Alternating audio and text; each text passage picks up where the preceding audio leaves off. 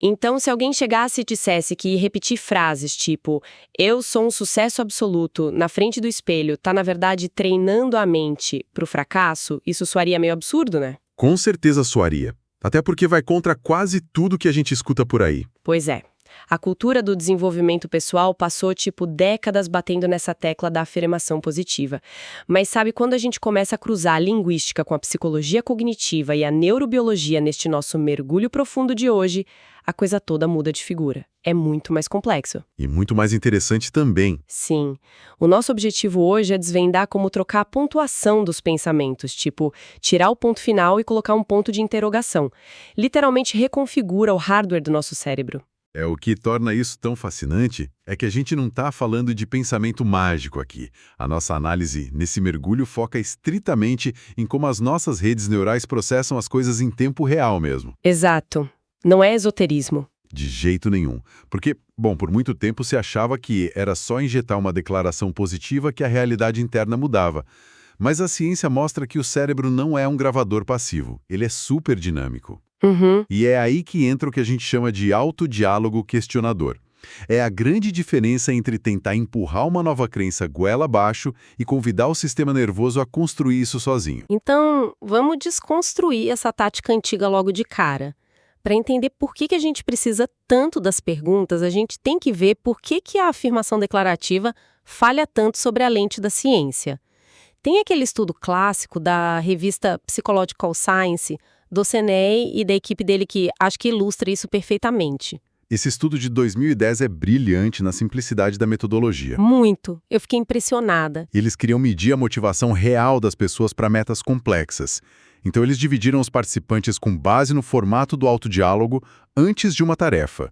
Uma galera foi instruída a usar o formato declarativo, dizendo para si mesmos, eu vou fazer isso. E o outro grupo usou o interrogativo, certo? Eu farei isso? Isso mesmo.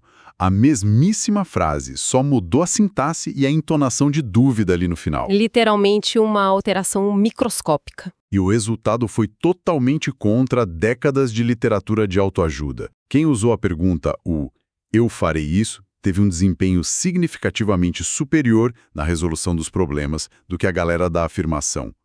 A explicação psicológica para isso atende pelo nome de reatância psicológica. Ok, vamos desvendar isso.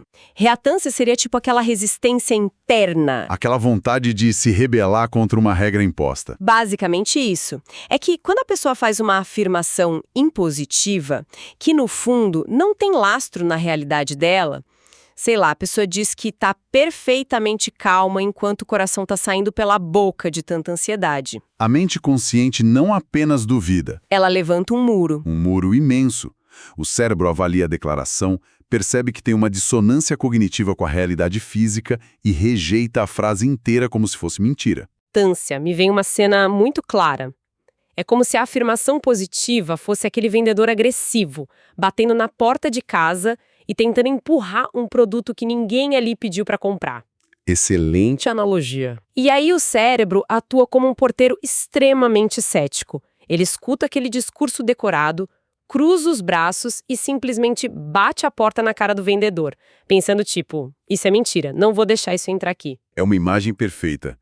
Trazendo isso para o mecanismo neural, o que acontece quando esse vendedor agressivo bate na porta é que a afirmação fica presa numa área muito superficial do processamento cognitivo. Na memória semântica, né? Isso. Ela processa só fatos crus e aqueles conceitos bem abstratos. Não tem engajamento nenhum. A resposta emocional acaba sendo nula ou até negativa, porque a mente racional está muito ocupada defendendo o próprio território contra uma imposição. O que me leva a uma questão intrigante. Se o porteiro é tão eficiente assim em bloquear o vendedor agressivo, o que a pergunta tem de tão especial para passar direto pela segurança e entrar livremente? Porque ela claramente joga com outras regras. A grande diferença é que a pergunta não impõe absolutamente nada. Ela não traz um produto fechado para vender. Ela é um convite aberto à exploração. E a mente humana evoluiu justamente para resolver problemas, não para aceitar dogmas sem questionar. Faz todo sentido. E é aí que a gente entra no sistema de ativação reticular, o famoso SAR. Ele é uma rede de neurônios que fica lá no tronco cerebral. A função dele é filtrar a enxurrada absurda de estímulos sensoriais que a gente recebe a cada segundo. Ah, o SAR é aquele motivo pelo qual, sei lá, quando a gente decide comprar um carro vermelho, do nada começa a ver carro vermelho em toda esquina, certo? O cérebro sempre via aqueles carros, mas agora o filtro considera isso super relevante. Exato. Uma definição perfeita. O SAR direciona o nosso foco. E o ponto-chave aqui é entender o fenômeno da inércia cognitiva e como o cérebro atua como uma máquina de busca implacável. A tal da busca prior. Isso. Essa máquina biológica tem uma característica muito peculiar. Ela é completamente inocente. Ela obedece cegamente ao comando que a gente insere, sem ficar julgando a intenção por trás daquilo. Por que tudo sempre dá errado na minha carreira? O SAR, sendo essa máquina literal, começa a trabalhar loucamente. Ele vai atrás da resposta. Exato. Ele vasculheia aquele gigantesco banco de dados de memórias e apresenta um dossiê completinho listando as falhas, as rejeições, os projetos que deram errado, só para validar a premissa da pergunta que foi feita. Nossa, ele cumpre a função de encontrar a resposta mesmo que isso destrua a confiança de quem está ouvindo a própria mente? É brutal. Mas, quando ocorre a inversão da pontuação e da estrutura, para algo como "porque eu sou uma pessoa capaz de encontrar soluções sob pressão", a mesma máquina inocente é ativada. E aí ele é forçado a listar as competências e as vezes que deu certo no passado. Perfeito. O sistema é forçado a lembrar dos desafios superados e focar em virtudes. Isso quebra violentamente o viés de confirmação negativo. Sabe, muda o estado de uma falta crônica para um estado de reconhecer os próprios recursos. Mas peraí, deixa eu colocar o chapéu do ceticismo aqui rapidinho. Manda. Vamos pensar no cenário prático de alguém que está tendo um dia absolutamente terrível. O nível de estresse está no teto, a autoestima foi para lá no chão, tem uma inércia emocional gigante acontecendo. Apenas formular essa pergunta de forma diferente realmente obriga o cérebro a encontrar algo bom? É um ceticismo super válido. Porque, sendo bem sincera, a sensação é que a mente poderia simplesmente dar um tilt, um erro 404, página não encontrada, e voltar para o pessimismo de sempre. Sim, eu entendo perfeitamente, mas a arquitetura da psicologia cognitiva oferece uma saída engenhosa para isso. A própria estrutura da pergunta, que a gente chama de estratégica, impede que ocorra esse erro 404. Como assim? O truque linguístico está na premissa embutida. Quando a pessoa pergunta "por que eu sou capaz de lidar com isso?", a heurística automática de busca não debate se a capacidade existe ou não. A estrutura gramatical já assume a capacidade como um fato consumado. Ah, isso é brilhante. É tipo fazer uma pergunta ardilosa num tribunal. A premissa já contém a resposta desejada, limitando muito a margem da testemunha, que no caso é o próprio cérebro da pessoa. Exatamente isso. A mente não tem a opção de não procurar as evidências porque o gatilho da curiosidade foi acionado. E mesmo que as memórias encontradas sejam pequenas ou antigas, o simples ato de forçar a busca já rompe a paralisia inicial. Aquele porteiro cético fica sem argumento. Fica. A resistência dele é contornada porque não estamos afirmando uma vitória aos ventos. Estamos investigando um fato pressuposto. Cara, isso lança muita luz sobre como essa busca acontece. Mas para mim, a grande charada é entender por que o resultado dessa busca tem um impacto tão enraizado e duradouro. Não parece ser só um truquezinho de momento. E de fato não é. A analogia que me vem agora é sobre alimentação. A afirmação positiva tradicional é tipo receber um prato de comida pronto. Você mastiga rápido, engole, e aquilo não deixa nenhuma marca profunda na sua memória. Aham. Comida processada da mente. Isso, mas o autodiálogo questionador exige esforço. É como ter que entrar na floresta das suas memórias, caçar os ingredientes, acender o fogo e cozinhar a sua própria refeição. O próprio esforço da busca faz com que o valor nutricional dessa nova crença seja imensamente maior. Essa sua transição da passividade para a atividade é justamente o núcleo da mudança neuroplástica. O que você descreveu com a analogia da caça é catalogado pela neurociência como o efeito de autogeração. Efeito de autogeração, que seria? É um fenômeno que vem sendo estudado pelo Slameca e pelo Graff desde a década de 70. A ideia central é que as informações geradas pela nossa própria maquinaria cognitiva são retidas de forma muito mais profunda. A gente considera isso intrinsecamente mais verdadeiro do que informações mastigadas que recebemos de fora. E aqui a gente sai daquela memória semântica rasa da qual a gente falou antes, né? Completamente. O processo de caçar a própria resposta ativa a memória episódica.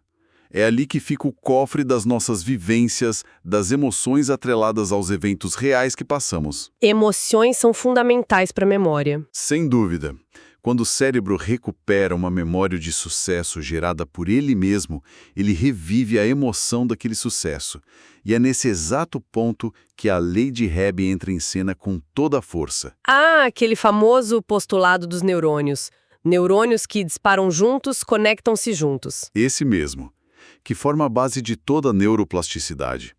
Cada vez que uma pergunta estratégica obriga o cérebro a recuperar memórias de resiliência, circuitos neurais de autoeficácia disparam luzes elétricas na rede.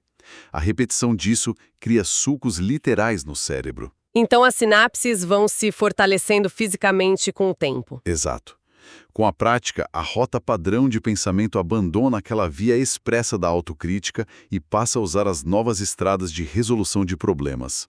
Isso mostra uma sobreposição tremenda com as bases clínicas da terapia cognitivo-comportamental hoje. Sim, eu estava pensando justamente nisso. Os pilares da TCC estão fortemente ancorados em pesquisas como as do Stajkovic e do Lutyens, no final dos anos 90. E, mais recentemente, os estudos do Ethan Kross, em 2014, sobre regulação de autodiálogo. A gente não é vítima de uma fiação defeituosa na cabeça. Somos arquitetos que podem alterar a planta. O que nos coloca diante do desafio prático supremo. Porque compreender a teoria sobre neuroplasticidade num ambiente controlado é uma coisa linda. Mas como essa alteração na pontuação opera na trincheira da vida real? É aí que o bicho pega. Pois é. Imagina um cenário de alta pressão, um prazo gigantesco prestes a estourar, o coração muito acelerado, a respiração curta. Quando a ansiedade ataca para valer, ninguém tem tempo para ficar filosofando sobre o sistema de ativação reticular. Com certeza não. O teste definitivo de qualquer ferramenta cognitiva é o desempenho dela sob estresse extremo. No evento biológico que a gente chama de sequestro da amígdala. A amígdala sendo o alarme de incêndio do nosso corpo. Isso. Quando ela percebe uma ameaça de escassez ou de perigo, ela toma o controle geral e instaura o módulo tar ou fugir. Nesse estado, o cortisol inunda o sistema e o pensamento lógico é sumariamente desligado. É aquele exato momento em que a mente entra num looping catastrófico, né? Antecipando os piores cenários possíveis sem nenhuma base racional. E tentar acalmar a amígdala, declarando, eu estou perfeitamente calmo, é a mesma coisa que jogar um copinho de água no incêndio florestal. O que as evidências sugerem é que o autodiálogo questionador tem uma capacidade mecânica de forçar o reinício de todo o sistema. Como um botão de reset. Exato. Ao introduzir uma pergunta complexa, você exige processamento lógico. Essa exigência puxa o fluxo sanguíneo e a atividade elétrica de volta para o córtex pré-frontal, que é a área responsável pelo planejamento e inibição de impulsos. O que eu vi no material da pesquisa foi um exemplo estrutural dessa quebra de padrão que achei simplesmente fascinante. Diante do desespero da falta de dinheiro, de tempo ou habilidade, a pergunta seria tipo, por que, mesmo que eu não possua determinado recurso agora, eu ainda viverei bem e encontrarei uma saída? A potência dessa frase é palpável. A potência está no fato de que essa estrutura ataca diretamente a biologia do medo. O medo primal surge da crença de que a sobrevivência depende de algo fora do nosso controle ali na hora. Mas a pergunta reformula isso. Isso, quando a pessoa formula a situação nesses termos, ela informa ao sistema nervoso profundo que o núcleo de segurança dela está intacto. A pergunta não nega o problema, ela só ignora o abismo e foca na ponte. O córtex pré-frontal assume o volante de novo e o ritmo cardíaco se estabiliza. É a mudança radical entre agir como o juiz que solta uma sentença definitiva contra si mesmo e assumir o papel de um investigador astuto que examine os próprios recursos em busca da saída. É libertador demais perceber que uma simples mudança sintática é capaz de alterar a química do sangue. Muito. E para consolidar todo esse embasamento científico, acho que a gente pode extrair 3 diretrizes de aplicação direta para quem acompanha a gente e precisa colocar essa reconfiguração em prática hoje mesmo. A transição da teoria para a prática exige consistência, e essas diretrizes são um excelente manual. A primeira regra de ouro é estancar a hemorragia linguística crônica, ou seja, eliminar completamente o uso do famoso "porque eu" para justificar falhas. Então, quando alguém se questiona por que eu sempre fracasso nestes momentos, ela está basicamente ordenando ao SAR que forneça o dossiê de derrotas. Exato. É uma autossabotagem programada, o que torna a segunda diretriz o reverso exato dessa medalha. Trata-se de pegar a mesma estrutura enraizada do porquê eu e apontar o farol para a direção oposta. Em vez de perguntar sobre a falha, muda para algo como por que eu consigo aprender tão rápido com os tropeços do caminho? Perfeito. O motor de busca é o mesmo, a engrenagem é idêntica. Mas as evidências extraídas agora são de resiliência e de adaptação. Genial! E qual seria a terceira aplicação prática? A terceira avança rumo à perspectiva e regulação da ansiedade diária. Trata-se de questionar aquela necessidade excessiva que gera angústia. Em vez de focar no que está inatingível lá no horizonte, a mente deve ser calibrada com questões do tipo: como eu posso encontrar satisfação completa hoje apenas com os elementos que eu já tenho nas minhas mãos? Nossa, isso neutraliza a percepção de escassez que mantém a amígdala ativada na hora. É a prova clara de que transformar o comportamento não depende de ferramentas caras ou miraculosas. O verdadeiro poder está na tecnologia embutida na nossa própria linguagem. Com certeza. Ao longo dessa nossa jornada toda, fica muito claro que fomos condicionados a olhar para a gramática como uma mera formalidade estética. A gente cresceu acreditando que o ponto final ditava quem a gente era de forma imutável, que força se demonstrava com afirmações ríspidas. Mas a biologia conta uma história de adaptação. Isso, não de teimosia.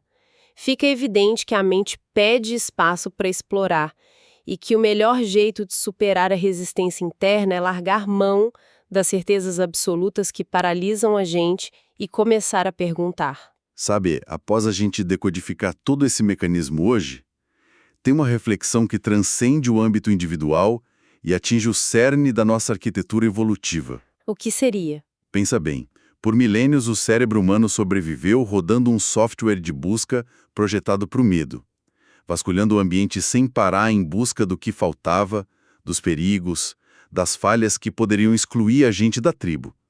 Nós somos biologicamente treinados para caçar as sombras. É o nosso padrão de fábrica. Mas, diante do poder esmagador da neuroplasticidade e do controle do córtex pré-frontal que a ciência compreende agora, fica a questão: o que aconteceria com a evolução do nosso comportamento coletivo se a partir de amanhã o único comando que a gente permitisse na barra de busca interna fossem perguntas focadas estritamente na nossa capacidade infinita de superar e adaptar? Uau!